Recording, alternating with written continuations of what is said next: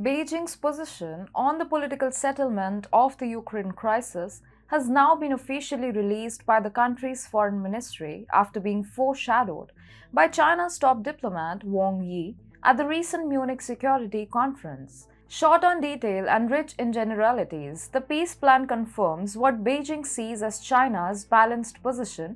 This, to date, has avoided directly pointing the finger of blame at anyone and continues to leave ample room for interpretation.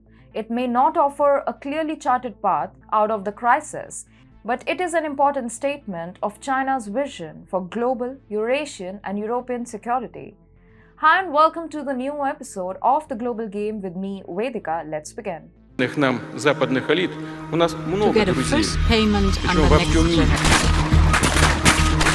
Hello and welcome to TFI Global, the foreign affairs and geopolitical. Released by the Foreign Ministry, the plan urges an end to Western sanctions against Russia, the establishment of humanitarian corridors for the evacuation of civilians, and steps to ensure the export of grain after disruptions caused global food prices to spike last year. The proposal mainly elaborates on long-held Chinese positions, including that all countries' sovereignty, independence, and territorial integrity be effectively guaranteed. It said nuclear power plants must be kept safe and the threat or use of nuclear weapons should be opposed.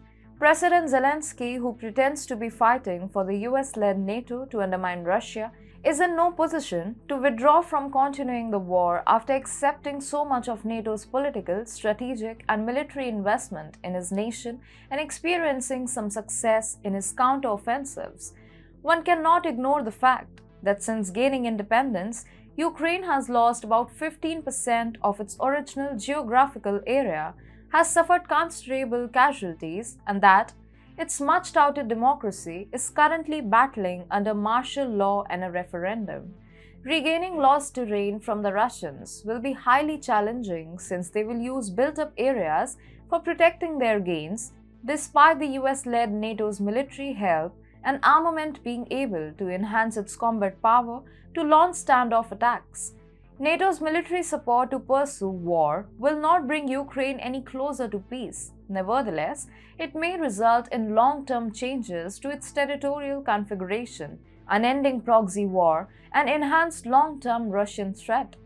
President Zelensky is aware that the Western narrative and information war that portrays him as a hero and clear victor is unsustainable. Yet he will prolong the conflict in order to safeguard his political survival and continued aid.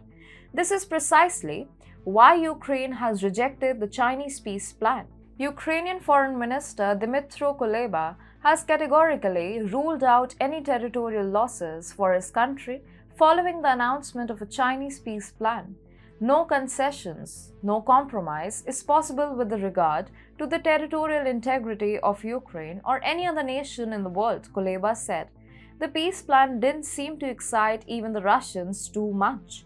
Sergei Lavrov, the foreign minister of Russia, and Wang Yi, the state counselor of China, did not discuss Beijing's yet-to-be-released peace proposal for the ongoing dispute between Moscow and Kiev, according to Maria Zakharova, a spokeswoman for the foreign ministry. There is bad news for Beijing in this. Notwithstanding the loud rhetoric, the war has put China in a perilous strategic position. The West has never been more united. The US has reclaimed its ability to take charge. These are undoubtedly not encouraging indicators for the Chinese government. China is consequently striving to position itself as the peace broker in order to minimize harm. China turned to Belarus for assistance in a desperate effort to make its peace plan work and take on the role of the world's mediator. As we previously explained, Beijing is attempting to court Belarus, a staunch Russian ally, after Moscow rejected its peace plan in the hopes that Belarus will persuade Moscow to alter its mind. This might put an end to Zelensky's attempt to drag out the conflict. You see, Ukraine would face tremendous pressure from the world community to join the peace process as well and ultimately put an end to the year-long conflict if Belarus can persuade Moscow to accept the Chinese peace plan. After all, if a so-called barbaric autocrat like Putin can reach a peace agreement. Why not Zelensky, the embodiment of democracy? Zelensky recognizes how Russia's endorsement of the peace agreement might damage his interests. Thus, he is attempting to foil any efforts at peace and reconciliation. According to recent reports, a Russian A-50 military surveillance aircraft has been damaged in a drone attack at an airfield near the Belarusian capital of Minsk. It is to be noted here that the attack's timing cannot have been a coincidence. The strike precisely coincides with Belarus's public backing for the Chinese peace initiative. Hence, the strike was intended to infuriate Belarusian authorities, turn them into active players in the conflict, and end any prospects for peace. Who would profit from this arrangement? Yes, you guessed it right, Volodymyr Zelensky. A protracted conflict would be disastrous for Ukraine because all of the fighting is occurring within its borders. The nation has lost territory, military hardware, and suffered tens of thousands of deaths. The economy has taken a beating, and its infrastructure has come under siege. It has little chance of surviving the Russian assault without the regular stream of armaments from the West. The only realistic option for Ukraine to defend itself against further Russian aggression is a peace proposal.